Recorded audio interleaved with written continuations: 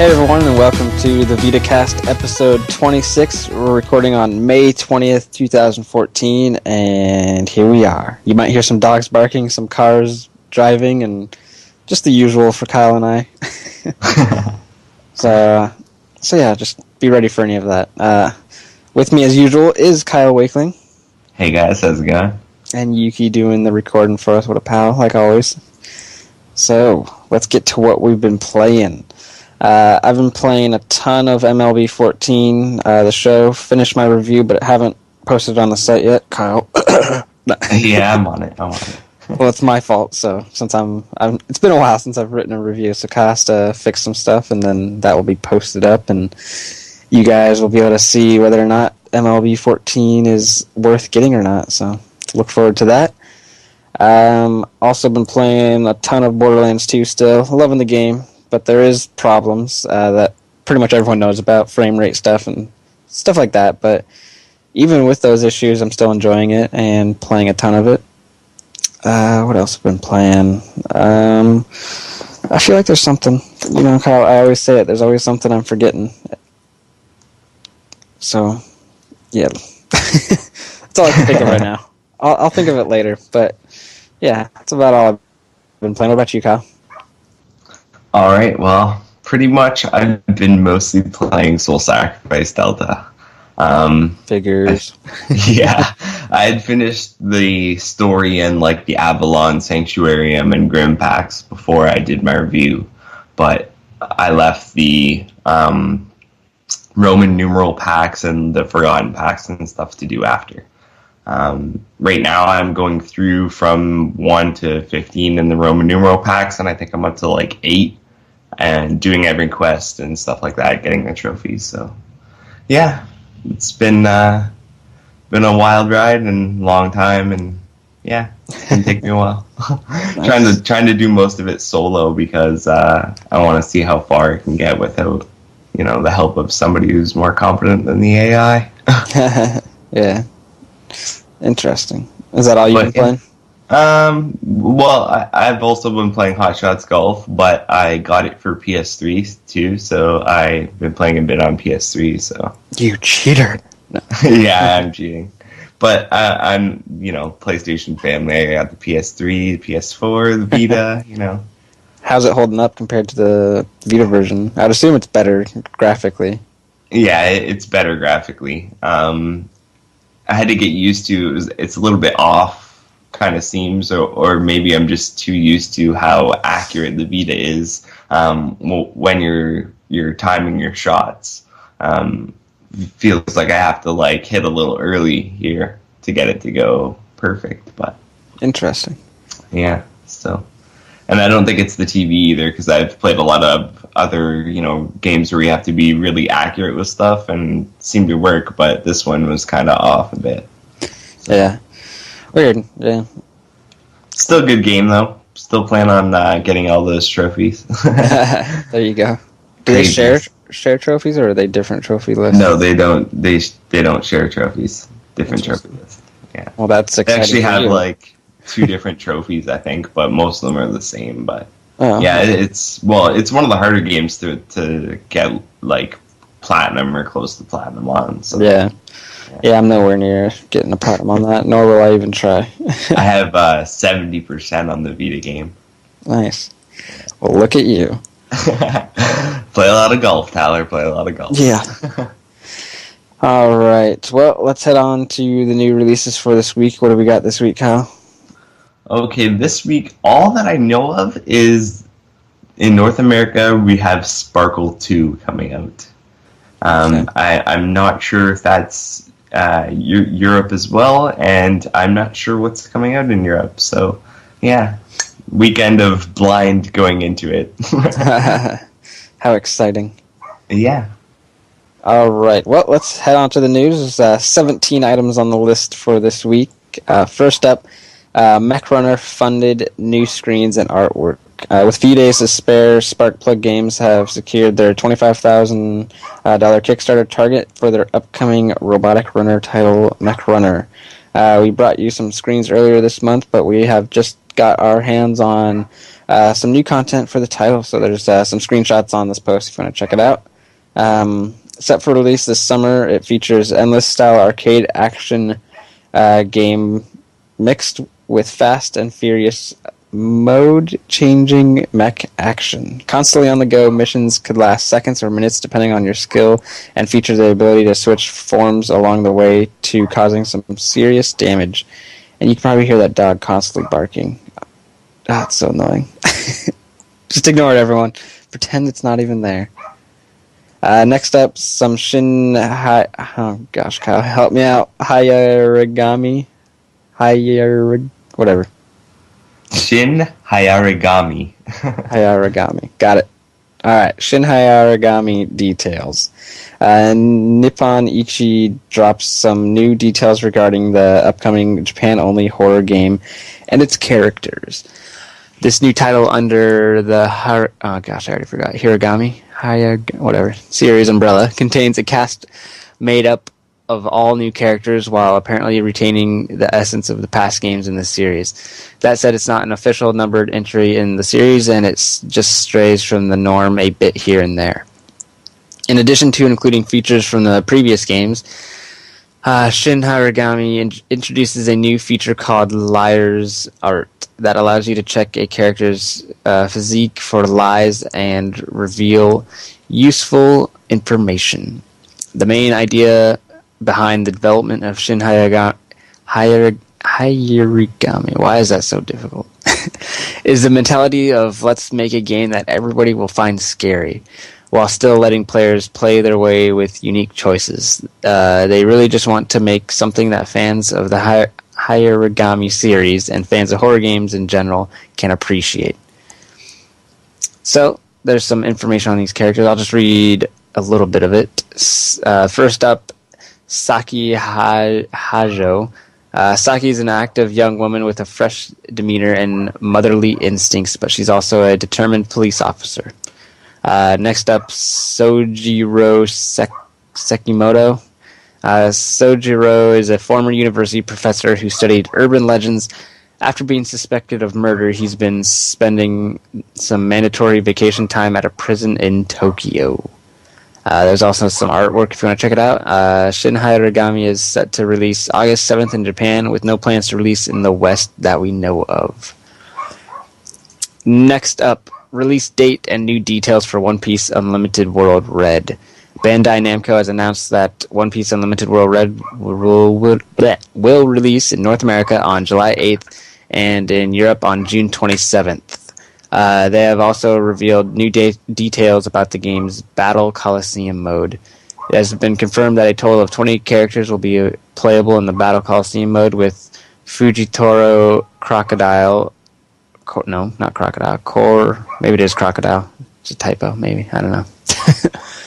Flame Fist, Ace D, Portgas, the whole Straw Hat crew, and the Empress Boa Hancock amongst them. In this mode, players will be able to select their favorite character and take on some of the One Piece world's most fearsome bosses. Also announced was the unique content that will be rewarded to those that purchase the game on release day. In this Straw Hat Edition, players will receive the following: exclusive costumes, 10 outfits, the Luffy Strong World outfit, and the Anniversary Pack with 9 outfits commemorating Japan's 15th anniversary of the One Piece animated series. A unique quest where the two brothers are reunited, Flame Fist and Straw Hat. So keep your eyes on the Vita Lounge for any more info on One Piece Unlimited World Red between now and its release. And I'm going to kill that dog later. Yeah, it's been pretty much barking all the way through here. Yeah, pretty much. Yeah. So, yeah, I'll send the pound over to get it afterwards. Yes, please do. Anyway, moving on in the news here. Bandai Namco announced that Sword Art Online Hollow Fragment will be released in Europe and Australia in July 2014. Getting a digital-only release, and based on the novel, manga, and anime, Sword Art Online Hollow Fragment captures the characters and storyline of the SAO universe, a series of virtual reality worlds set in the near future. Players enter the VR worlds of SAO and discover the creator of the game, Akihiko Kayaba, has locked them inside these worlds. To escape these worlds, players must explore and defeat the enemies contained within. Continuing to fight is key inside the VR world. If the player dies in the fantasy world, he also dies in real life.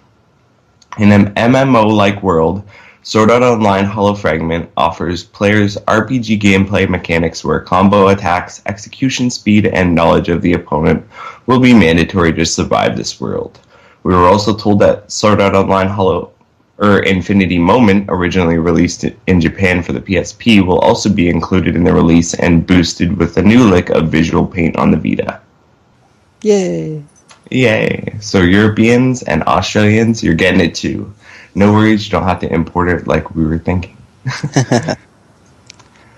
So we got some new details on Velocity 2X. So the follow-up to a hugely popular, incredibly awesome Velocity Ultra, this title featured more of what made the first game so much fun, but throws in platforming elements and puzzles in the mix up the gameplay. Okay, what's going on here? What'd you do? This is Paul's post. So Paul actually played the game. I was just wondering if he was quoting somebody or something, or what was going on here. He says, Paul says, I played an alpha build of it at EGX last September and thought it was impressive then, and they have had much more time to polish it up. So James Madsen, managing director for the studio, told the PlayStation blog, Velocity 2X has 5 beautiful environments set over 50 campaign levels and 25 bonus missions. We're currently designing the final few levels of the game, so we can now just about see the finish line, though there's plenty of polish left to add, such as final pass on the HUD and UI. Whilst we don't have a release date, we expect the game to be ready for release later this summer. The transition from top-down and platforming sections is instantaneous, with a quick little fade to black for the feels. And for those of you wondering about how the teleporting works between sections, it's very quick and intuitive. For example, if you're flying along in your ship, you can drop a telepod anywhere as a way to return to that point later on. If you're then in a platform section, you can drop another telepod anywhere on foot, and using the map, you can instantly teleport between the 2 telepods you dropped. The game assumes that the player gets in and out of their ship, but the player doesn't have to labor over it. James confirms cross-buy and cross-save, and also provides a link to 3 tunes from the soundtrack composed by Joris de Man. We are massive Future Lab and Velocity fans here at the Vita Lounge and cannot wait till the summer. We will bring you more news as we have it, but anyone else is excited for this as we are. Oh, yeah. Yeah. That looks pretty cool. Yeah. Future Lab's been bringing lots of stuff to the Vita that's really good. People seem to really enjoy it, so I'm down for whatever they're bringing next. Yeah, the more the merrier. Exactly. Alright, moving on here. Details about Trails in the Flash 2's mecha-like summons. So we get a closer look at the Cavalry God summon, a mecha partner creation spell that Rian can enact. So reports are stating that not only are Tovar, Claire, and Altina playable characters, but Rian Schwarzer's sister Elise will also be a playable character, and she'll be using a rapier as her weapon of choice. As for Rian, he'll have a special craft that will allow him to summon a Cavalry God for a cost of 200 CP. Once summoned, you'll be able to select a party member to partner the Cavalry God with, enabling you to select the additional options of Charge, Spirit, and EX arts during that party member's turn. This spell can only be used once per battle, but it will provide your party with the offensive might of a mecha partner. The partner characters can also be switched out during the character partner's turn, which could be useful in a quick change of strategy mid-battle. The Legend of Heroes Trails in the Flash 2 is slated to be released on September 25th in Japan, with no word yet on localization. Boo, localize it. Yeah, a lot of people seem to be calling for this Trails in the Flash game. I'm not really sure what the hype is about. I've never played it or anything, but I'm down for some more games. Yeah, I haven't played it either. I just I think it looks cool. I've read up on it and looked at videos, and I'm just like, oh, this is something I'd probably play. Well, for me, like, it just seems that there's so many people that want it that it's got to be at least somewhat good. Yeah, exactly. All right, so it's my turn again. The dog is now in my room, so it's not barking. So hopefully it won't bark this whole time. So let's continue with the news. Gameplay features illustrated in Murasaki Baby. Chris Jones from Sony XDev took to the EU blog to chat about the latest chapter in Obasonico's, I think that's their name, upcoming side-scrolling platformer, Murasaki Baby. The game features different backgrounds which have different properties and allow Baby to progress through the environment in different ways. The black and white background is called the Heart of Stone. Tapping the PlayStation Vita's rear touchpad will make Baby's balloon magically become as heavy as stone, perfect for the occasion when you need something solid to hold on to. The blue background is called Frozen Hell and will freeze just about anything, including Baby's balloon. While it's great to freeze bodies of water, be careful not to leave it active for too long or Baby's balloon will shatter. When the green background, the Eye of Scrutiny, is activated, Baby will shrink, while in this tiny state, Baby's balloon will lift her high into the air. And finally, there's the red background, which is neutral. While there is no great powers to take advantage of here, when the red background is active, Baby becomes calm. Murasaki Babies definitely has a lot of charm. We really love the art style. Are you looking forward to playing it, or have you already got some hands-on with the title? Let us know in the comments. So there's some screenshots if you want to check it out. This is a weird game. I haven't played it, but I've seen a lot of screenshots, as you can look on the site where we have, and the announcement. I think that was at Gamescom, right? I think it was Gamescom.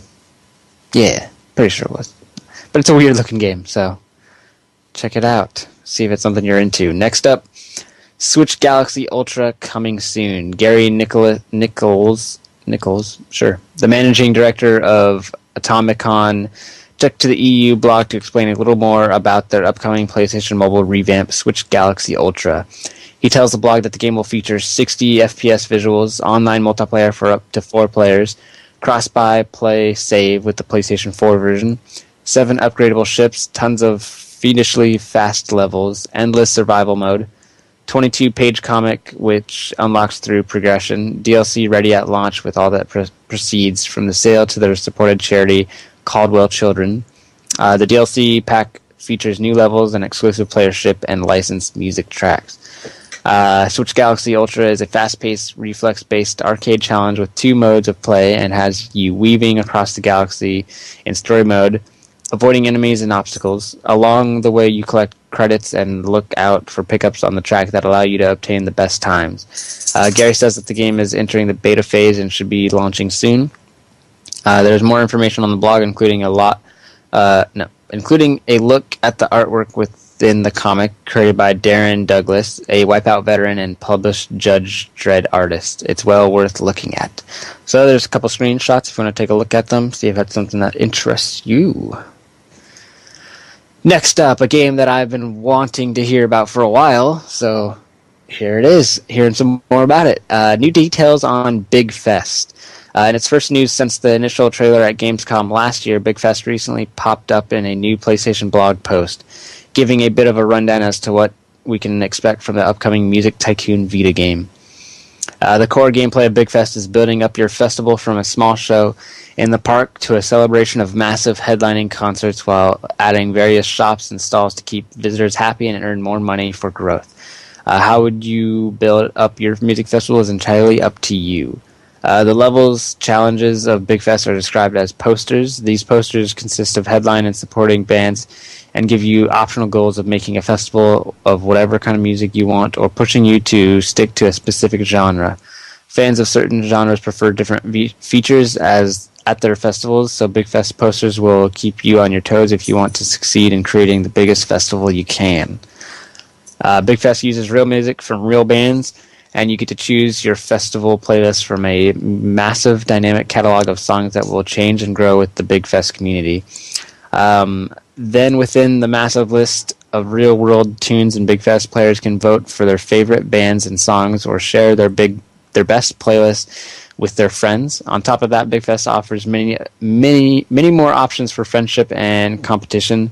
Help fellow festivals with gifts and repairs, or sabotage their equipment and systems. Well, that's a jerk move. But yeah, the comments on the PlayStation blog also suggest we can expect more info about Big Fest soon. Yay! I want this game. I like tycoon games, so, and I'm a musician myself, so a game about musicians and tycooning sounds interesting. So I'll definitely be getting that one when it comes out. Yeah, Big Fest. Alrighty. Continuing on with the news here. Slim Vita coming to Australia this June. Living in the land down under, Sony Computer Entertainment Australia's got your Slim Vita needs covered this June. After releasing in Japan last October, the UK early February, and North America just a few days ago, the PlayStation Vita Slim PCH 2000 series is finally making its way to the hands of anticipatory Australians this June. If you're interested in picking one up, or want to learn what all the fuss is about concerning this new model, have a read of Paul's review of the Slim, as he covers all the finer points of the new model and whether or not it's worth a pickup. The PlayStation Vita Slim releases June 4th in Australia and will be priced at $269.95 Australian dollars. Next up, Borderlands 2 PS3 save patch due Tuesday. And apparently it released, so yeah, they're on schedule this time. Updated from the original story, PS3 cross-save fix is now expected on Tuesday. After telling us last week to expect a fix to allow PS3 Borderlands 2 owners to transfer their save to the Vita version, Randy Pitchfork posted the following on Twitter. I was told this afternoon to expect it to come on Tuesday. Felt more confident / real this time when I was told. We'll keep you posted with any news if this changes again. And it didn't, because it came out today. And next up... Did you say Randy Pitchfork? I did say Randy Pitchfork. Alright. Yeah. I don't know if that's his real name, but that's sure what he's listed as. Sorry, I was like, wait a minute. It's Pitchford. Oh, is it Pitchford? Yeah. Yeah. Wow. I don't know how I read that at Pitchfork. Anywho. Alright. You made my day, Kyle. It's all good. Go on. Sorry, I didn't mean to. Anywho. Nuclear Throne has limitless weapon combinations. Tyler, now I'm all screwed up. Can't read anything. Hey. Okay, I quit. That's over. The podcast's over. just breathe, Kyle. Woosah. Alright, you're good. You got it. All right. Nuclear Throne has limitless weapon combinations. Does it have pitchforks? I don't know. We'll have to ask. Look Jazzers developer Vlambeer have taken to the EU blog to discuss more on their new title. In the piece, Rami Ismail discusses how even they were surprised at a Let's Play session with one player's approach to a playthrough. Quote, as a game developer, you tend to know everything about your game, and that makes the game less fun to play. As a gamer, you can get attuned to that sort of thing when you game a lot. You know that feeling when you run into a room and it's stocked with weapons and ammo, and you know it's time for a boss battle. We don't have that, and we think Nuclear Throne is a better game that way. What we do have is the feeling of beating a boss with just 3 bullets and 1 health left against all odds because the random generation dealt you a bad hand and you dealt with it. Sometimes the game even surprises even us. We were watching a Let's Play of Nuclear Throne's early access build one day, and someone figured out that the grenades can be hit with melee weapons. We knew that. This player was playing steroids, a dual-wielding Hulk that can fire both weapons at once, and in this case, they had a grenade launcher and a sledgehammer. The player was stuck in a corner, down to just 1 health, and their grenades didn't quite reach the snipers that were keeping them locked down in a small alcove. The 2 of us at Flambeer agreed the run was over.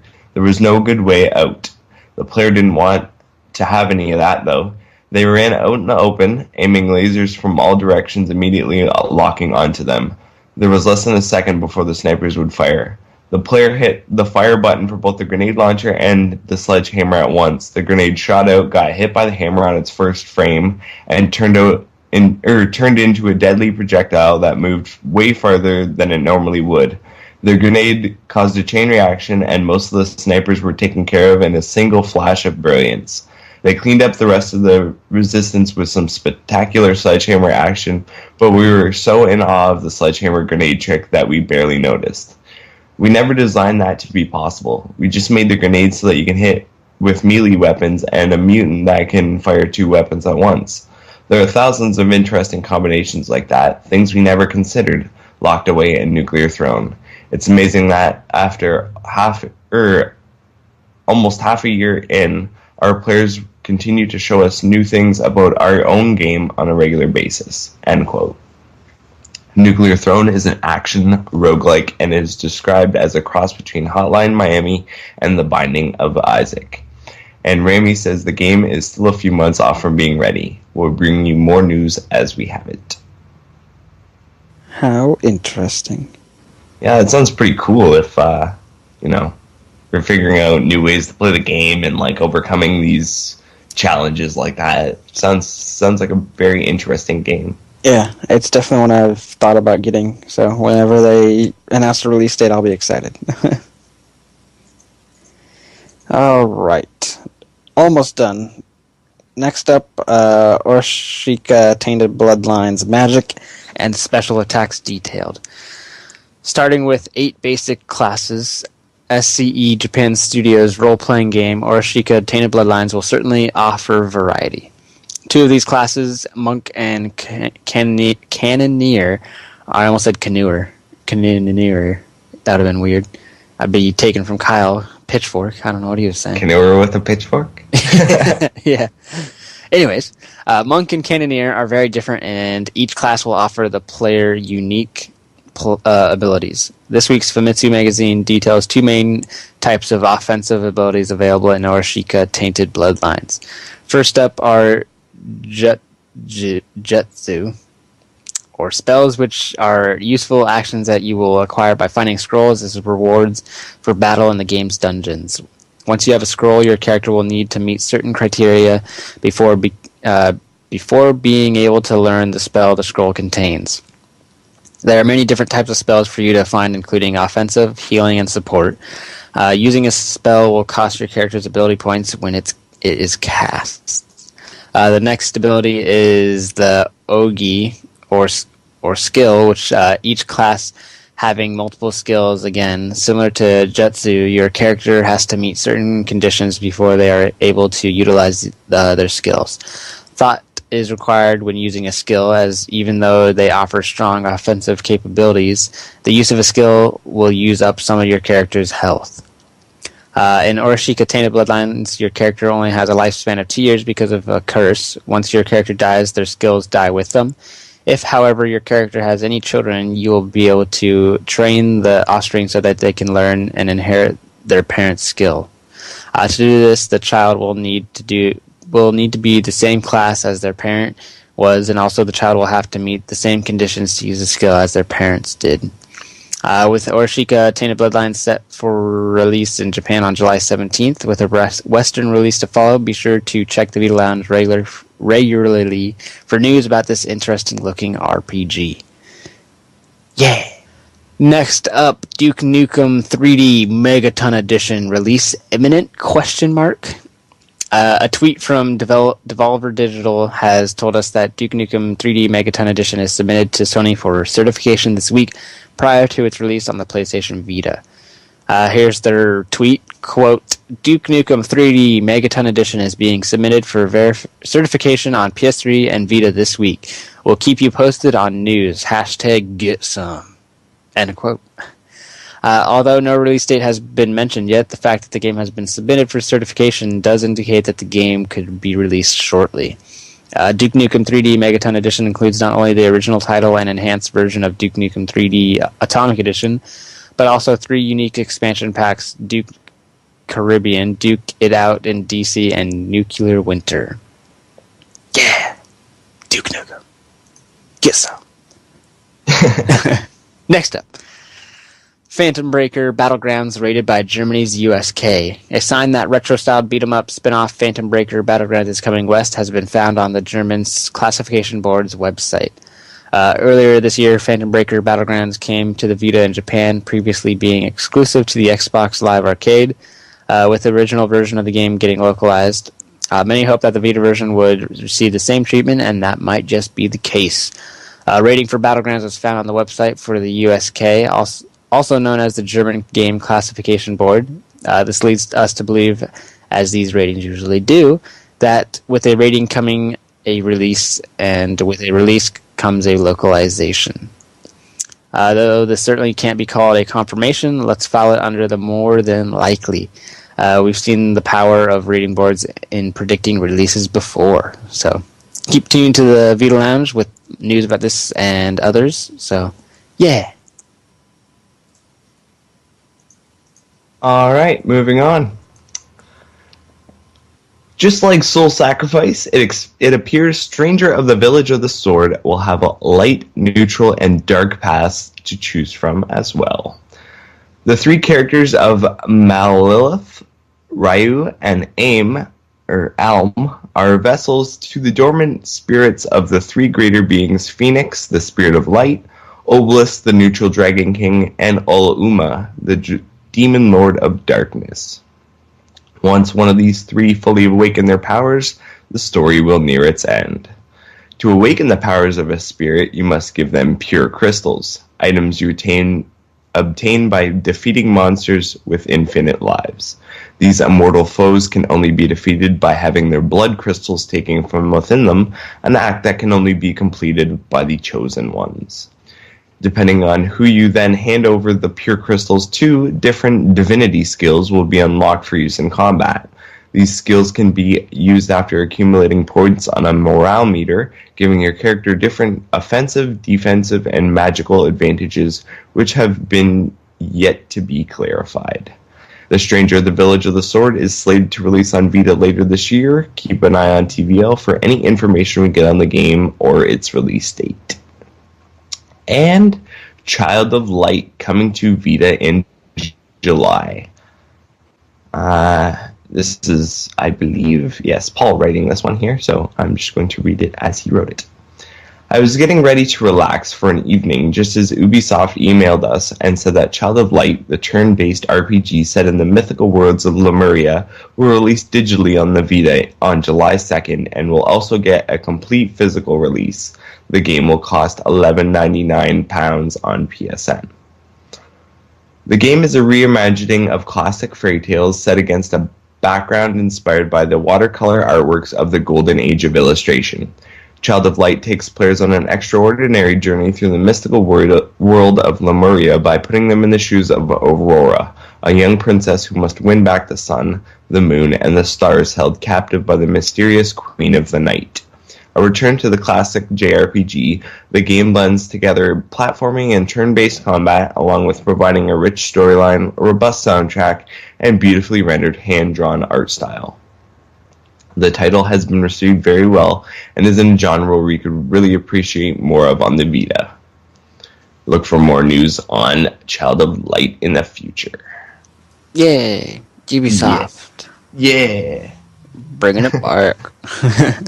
It looks cool, and it's getting good ratings, so that's always good.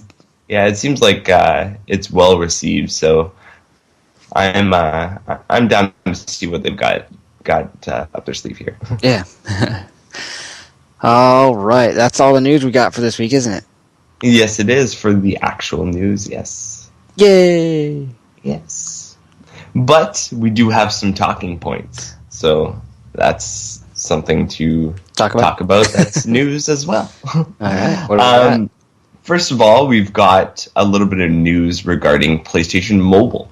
So the PlayStation Mobile 2.0 SDK is Vita exclusive. The 2.0 version of the PlayStation Mobile Software Development Kit is set to be Vita only, dropping support for PlayStation certified devices. According to a post on the PlayStation Mobile Developer Portal earlier last week and reiterated by PSN stores, the V2.0 SDK will not support PlayStation certified devices when it releases this summer. This isn't the end of the line for those PlayStation certified devices, though, as developers will still be able to create games for them using the version 1.2 SDK. What does this mean for us PlayStation Vita owners, you may ask? Well, it means that PlayStation Mobile can now better integrate with the Vita's features. Seeing as how Vita is the lone device ecosystem supported by PlayStation Mobile SDK version 2.0, developers are free to incorporate buttons and other features from the system's hardware, no longer limiting input and hardware support to touchscreen only.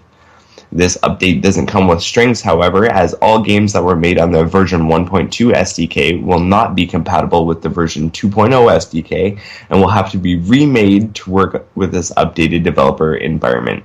PlayStation Mobile SDK version 2.0 is set to release later this summer. So the talking point I wanted to kind of go over, I guess, here is, what do you think about a specialized PlayStation Mobile for Vita? And what do you think it should include? Yeah, that's very interesting that they're totally dropping all that and just going for the Vita. But yeah, like stuff that they should include is just having all the features that the Vita has being usable and working correctly. And because a lot of the problems that I see with PlayStation Mobile in general is you don't really know what it supports exactly control-wise, so you could get a game thinking that you can control it with the physical buttons, and nope, it's touchscreen only, and you're like, ugh, maybe I'm not into touchscreen, and that's why I got a Vita. So that, and I think we talked about it a long time ago. It's not really a Vita feature, it's more of a PlayStation feature, but I think they should really get the trophy support in there, because I think that would really get people to start playing those games more and actually consider them, which is, I mean, it's a game. It shouldn't have to have trophies to be good, but people love them trophies. Yeah, I would agree there. I think trophies is definitely something that people have been calling for on PlayStation mobile games, and the fact that, now that the Vita version is split from the main tree, I guess, they could implement that if they wanted. They could implement, specialized PlayStation mobile features that, are just Vita only and don't have anything to do with anything else. So it's pretty much, it could potentially be like developing for the Vita is now. Right. But I guess that depends on what exactly they allow with, what they've brought to the table here this summer. Yeah. You guess we'll have to wait and see what this update all entails. Yeah, definitely. But it's definitely interesting to see. Well, yeah, I like that they've taken, stock in what people have been saying, and they've actually done something where it's, splitting off and doing something just for Vita. Yeah, for sure. All right, our second talking point here: Sony's fiscal year, PlayStation Vita by the numbers. So, with the launch of the PlayStation 4 and the continuing struggles of the PlayStation Vita, Sony's game division posted a net loss of $78 million. This comes despite a 30% increase in revenue. The PlayStation 4 may be flying off the shelves, but launching a new console does not come cheaply, and profits from the system are not expected until at least sometime next year. As for the PlayStation Vita, sales of the Vita continue to remain below expectations. Sony initially expected to sell at least 5 million units of its handheld in their fiscal year 13, April 1st, 2013 to March 31st, 2014. Sony doesn't release the exact figures of Vitas sold, but instead lumps them together with sales of the PlayStation Portable and Vita TV. Even still, the numbers are less than stellar. The portable entertainment systems only sold 4.1 million units, which is down from the 7 million sold the prior year. Much of this is attributable to the declining sales of the PlayStation Portable and the failure of the Vita TV to catch on in Japan. Their forecast for the upcoming year has been lowered, and now they only expect to sell 3.5 million PlayStation Vitas, along with the PlayStation Portable and Vita TV. This is not a good sign that the Vita TV will be headed to the West anytime soon, nor does it show that Sony is confident its fortunes are going to turn anytime soon either. While it is possible that the Sony is lowballing their forecast to lower expectations, it's a sure bet that they don't want to revise their forecast lower throughout the year. And when you compare these numbers against what the Nintendo 3DS is doing, things do look quite dark. Sales of Nintendo's handheld performed at almost 3 times better during the same time. But it's not all bad news. Yes, at first it looks all doom and gloom for a beloved PlayStation Vita, but that isn't the case. Let's be optimistic for a moment, and let's look at the bright side of things. First, while games suffered an operating loss last year, Sony did not attribute any of that to the PlayStation Vita. In fact, the main factors given were the launch of the PlayStation 4, again, which is an expensive thing to do, and write-downs for various games on the Sony Online Entertainment. It appears that despite its small market share and difficulties with retail, the Vita is not a money loser for Sony. Secondly, there is plenty of support for the Vita. The number of games currently being developed for the system is rather large and continues to grow every day. We recently reported that SCEE's Vita evangelist Shahid Ahmad's team has over 60 games in the pipeline, with dozens more coming. Vita owners will not suddenly find themselves starved for games to play. The device, despite the holes in its library, has a wealth of terrific content available with more on the way. And lastly, while the Vita's sales numbers are nowhere close to the 3DS, they do look rather good when compared to Nintendo's Wii U sales. Last year, Nintendo only sold 2.7 million units of its new-gen system, which makes the 4.1 million Vita sales look rather grand, though you need to subtract the minuscule PSP and Vita TV sales from that number. There's still time for the Vita's fortunes to turn around, as we're constantly reminded it's a marathon and not a sprint. So what do you think about that, Tyler? It's a little depressing, but at the same time, they have a lot of stuff to do to make it better. And with the E3 coming up pretty soon, hopefully they can announce a lot of stuff that will get people buying them. And then we can all just relax and be happy. Yeah, I don't know.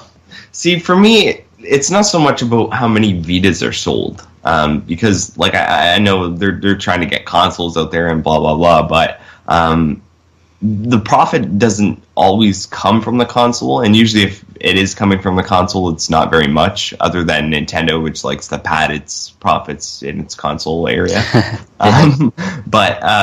Yeah, like PlayStation has never really sold consoles for much of a profit. Most of them actually selling for a loss just so that they could get them out there and then people would buy games. Yeah. And if you look at the PlayStation Vita's attach rate, it was 10 games back at E3 last year. I have no idea what it is now, but I bet you it's probably more than that, considering how many games crazy people like me and you buy.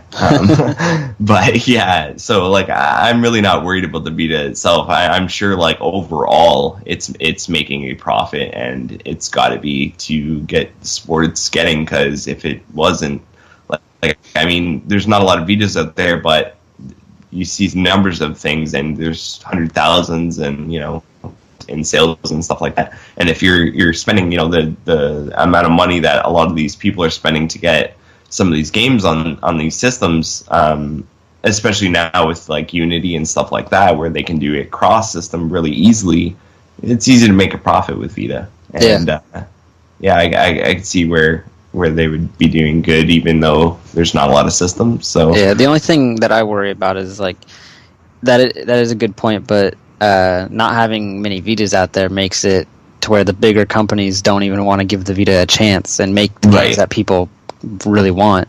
Right, and that's true. And that's kind of our next step, I guess, for Vita. Yeah, we got to get that that blanket of Vitas out there so that people have a pool of Vitas to pull from when they go, hey, I want to make a new game. In this kind of genre, what percentage of people and how many sales do you think we can get?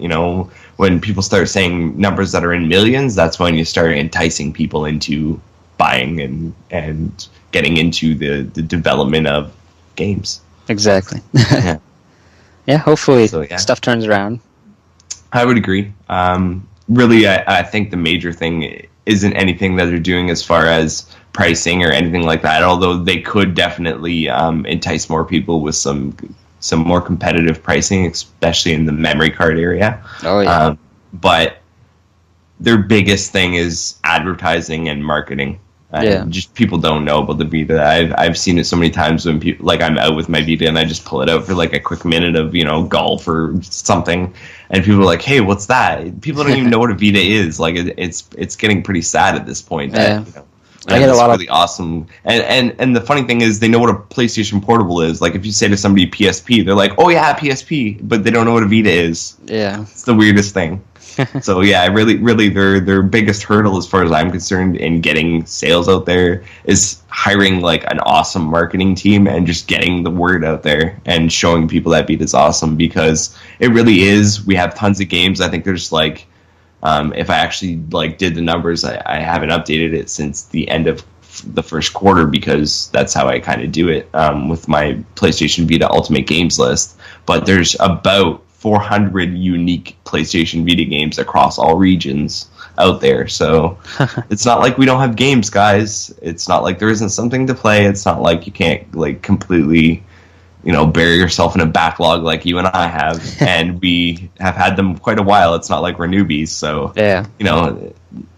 there's lots to do on Vita. And if, you want a Vita, it's a good time to jump in, really. But people don't know that, and that's the problem.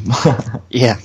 Well, hopefully soon that will turn around. With E3 coming up, there's a lot that they could announce and show for everyone, because there's a lot of people that watch E3, and, if they see stuff that entices them to want the Vita suddenly, then there they go.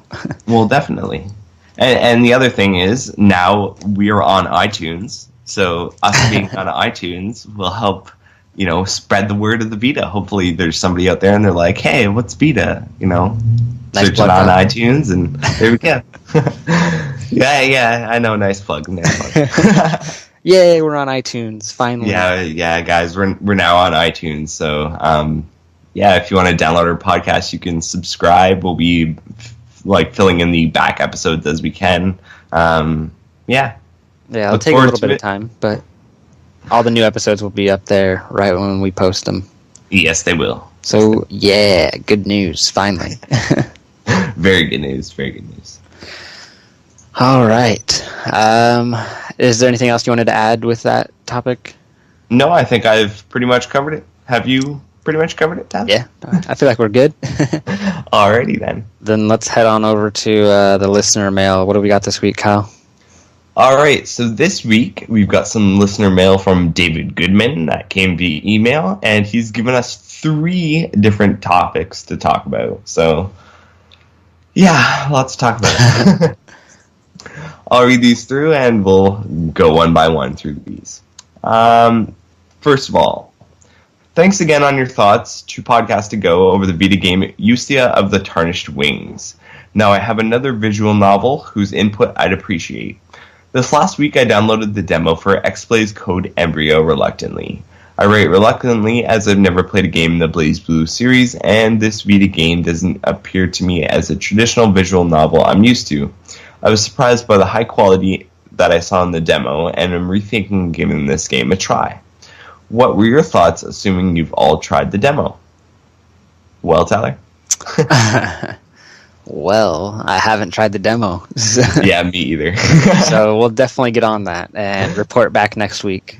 Yeah, we'll have to try the demo and report back next week. But though I haven't watched the demo, I have watched a little bit of gameplay, and it looks interesting. I was definitely thinking about downloading the demo and seeing what's up, and now you've given us the perfect reason to. So that'll be something we'll be aiming for next week. We'll let you know. Yeah. Number 2 here, with the release of Soul Sacrifice Delta, I was surprised to read through the various Discus websites of the positive response over its digital-only release, and saw few, if any, gamers that actually commented or complained about the lack of a physical copy. I would comment on how I felt that price of the digital licenses shouldn't exceed $30, and that Sony should have done what XC did with Senran and Kagura and provide the fans unlimited physical release only to receive nasty comments and fanboys doing their damage control. Okay, that didn't quite make sense, but I think I get what you're saying there. My question is, do you feel that most Vita owners have given up on a physical game ownership? Do you think there should be a standard price for licensed games? And do you think that we as gamers are becoming more polarized with every generation? Well, I think Vita gamers don't want to give up on physical game ownership. It's just they're not really giving us an option, some of these developers. But yeah, because I mean, whenever I go or want a new game, I want it physical because my memory card space is running out, and I don't want to drop $100 to buy the 64 gigabyte memory card, even though I probably will because I don't have room and I keep filling everything up. And with Sword Art Online coming very soon, I'm gonna have to get that digitally because that's all it's coming as is digitally. And who knows how big that game's going to be. So, and I have to have that game. No one can take that away from me. You have to have it. I will own that game. Kyle, we better get codes before it comes out just so we can laugh at everyone else that doesn't have it. I'll see what I can do. All right. And then standard price for licensed games. Yeah, I mean, I understand it having a cheaper price because the games are technically cheaper because they're digital. They don't have to worry about the box, the art, all that fun stuff. So I think they should have it a little lower, but it is nice what they are doing because aren't some of the games like $5 cheaper than physical? Some are. Yeah, not all. But it depends on the company, I guess, or Well, it also like with Sony doesn't want to lose Walmart and GameStop and Game and all those places that sell their systems, because if they're like, guess what, we're only doing digital, fuck those stores that enjoy selling our systems, and then those companies are gonna be like, well, guess what, we're not going to sell your system anymore because you're not selling your games here anymore. So I see why they still do that, and the price is pretty similar because they don't want to undercut their suppliers of their systems too much yet. Yeah, it probably will happen someday that we will just be seeing a lot of digital and like the rare physical game, or maybe no physical games, but not this generation. Maybe next. Well, what would really be cool? Like I know this is probably like just looking at the technology impossible. But what would have been cool would be like a system where you have digital, but then you can like say if you get a digital game and you get it on Vita and you're like, hey, I don't want this digital, or I want to move this to like physical, you could like get a card, and it would be a card you go buy for $10 or something like that, put it in your Vita, and it like downloads like the digital game onto the card and then like signs it, so it's like an actual physical game. And you can do the reverse too, like you can take it off the card, but it can either be like one or the other, and it only licenses one way or the other. So it's not like you could like, copy the game and like give it to somebody else. It would actually have to move from like digital to physical onto that card, but you could go the other way as well. That would be a good idea to give, the physical and the digital, because then you could, if you wanted to, you were worried about, I know some people worry about, the PlayStation Network shutting down and blah, blah, blah. Like, this is probably years down the road if it would happen. But people worried about, like, the PlayStation Network shutting down and not having copies of the games. That would perfectly satiate that, because it would lock that copy onto that card and it would stay there. Like, it would be uneditable unless you unlock that as a digital version. And if, like, they shut down that thing, like, they shut down the network, you wouldn't be able to unlock it, so it would be forever a physical copy, and you would have that physical copy if you wanted to play that game. You know what I mean? Yeah. That would be a good system to go by. That might be something to think about for the future. However, looking at our situation as it is now, have Vita owners given up on physical game ownership? Not so much. If you look at places like NeoGAF, there's always people begging for physical and saying, like, the physical revolution, physical forever, blah blah blah, all this crap about have to have it physical.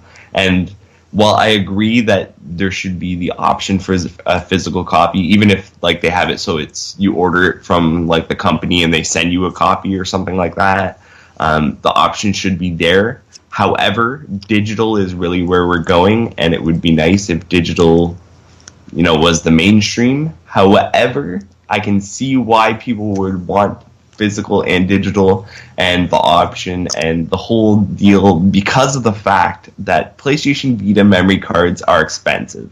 So if you want people to stop bitching about digital physical, maybe make the memory cards cheaper, then you won't have to put out so many physical games because people won't be bitching that they don't have the space. Yeah. Something to think about there as well. As for the standard price, yes, I agree. As for like an actual standardization, no, but I think there should be a limit. So say if if you look at Vita, right? Most of the games that are physical releases are like maximum $39.99 in North America. So Canada, United States, $39.99. That's the maximum. There's a couple that are above that and some that are below that, but that's like the maximum kind of average for the PlayStation Vita games to be sold at physically. And then they have that tier where a lot of the time, if it's like a little bit cheaper, it's either I think it's $34.99, $35.99, or $36.99 on the PlayStation Network. That's like one of their like tier downs or whatever for if they're selling like the digital copy cheaper. It would be nice if they locked digital like maximums there. So saying, the average maximum or whatever is the $40, so that's usually what they're at top tier. Say $35 for digital, and don't let anything go above that, because that would make sense, it being cheaper, and then you don't let people, try and make them so it's physical and digital are the same price, because really they shouldn't be.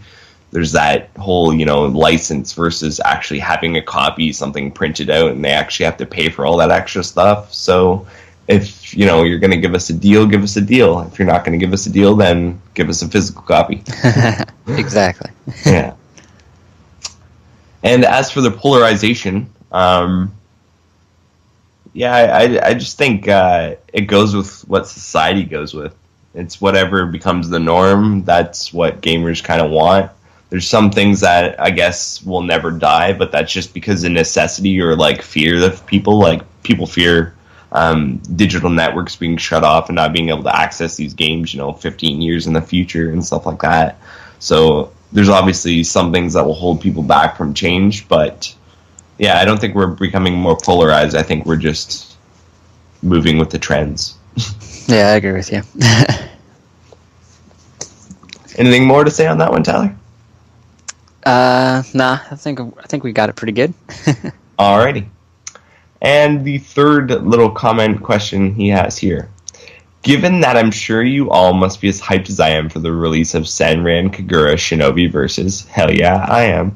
I'm assuming that you're all big fans and that have already watched the anime, bought the manga books, and downloaded the Senran Kagura Burst game on the 3DS. My question is, now that the roster is up to 20 characters, which of the Shinobi girls is your favorite and why?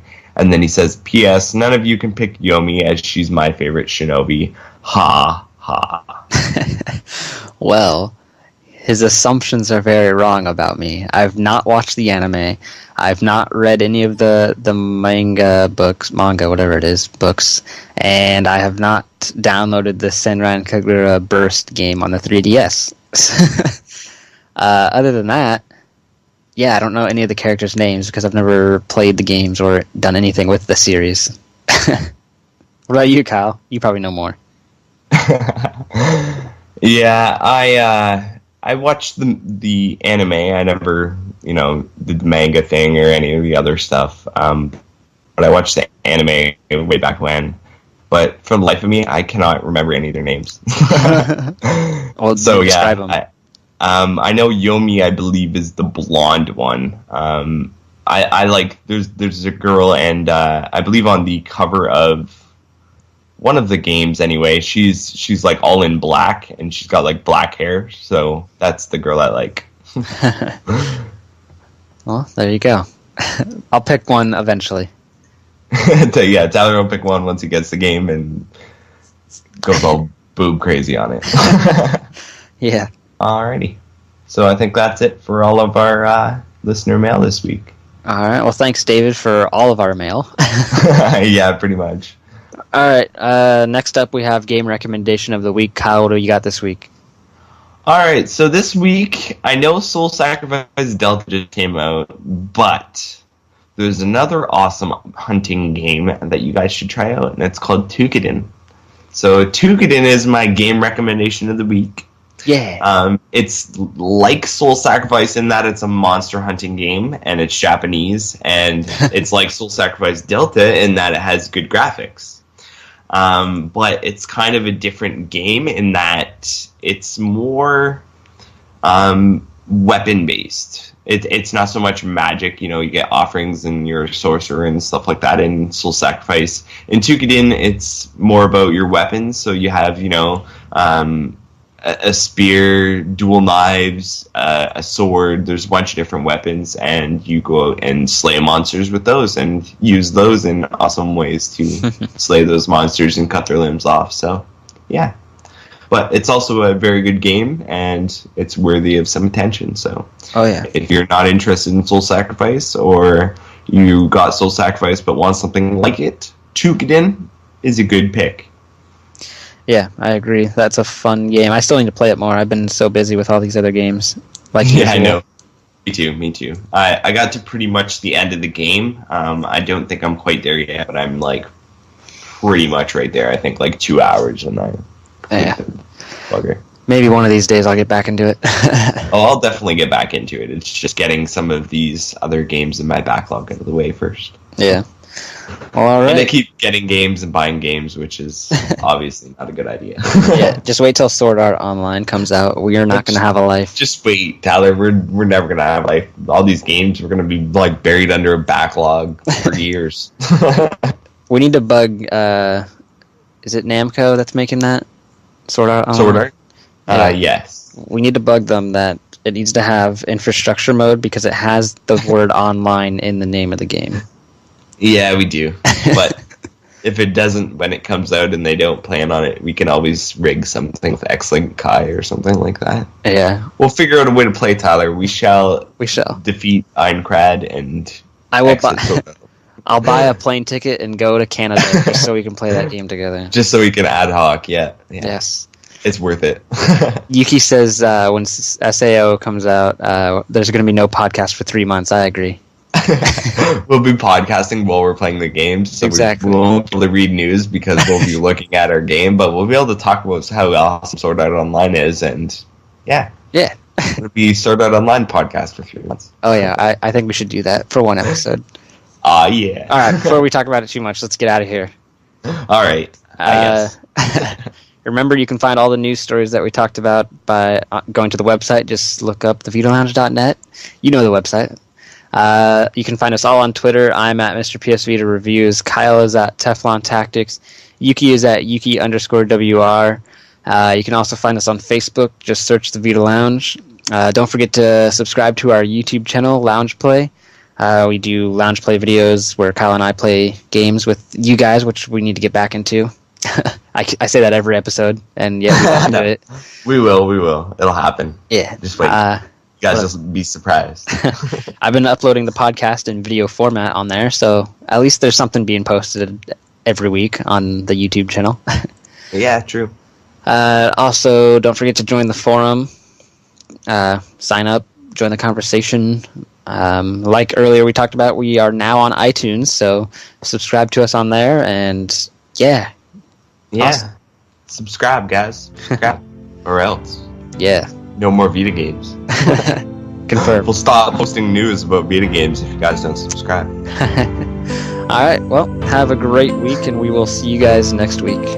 Later, guys. See you.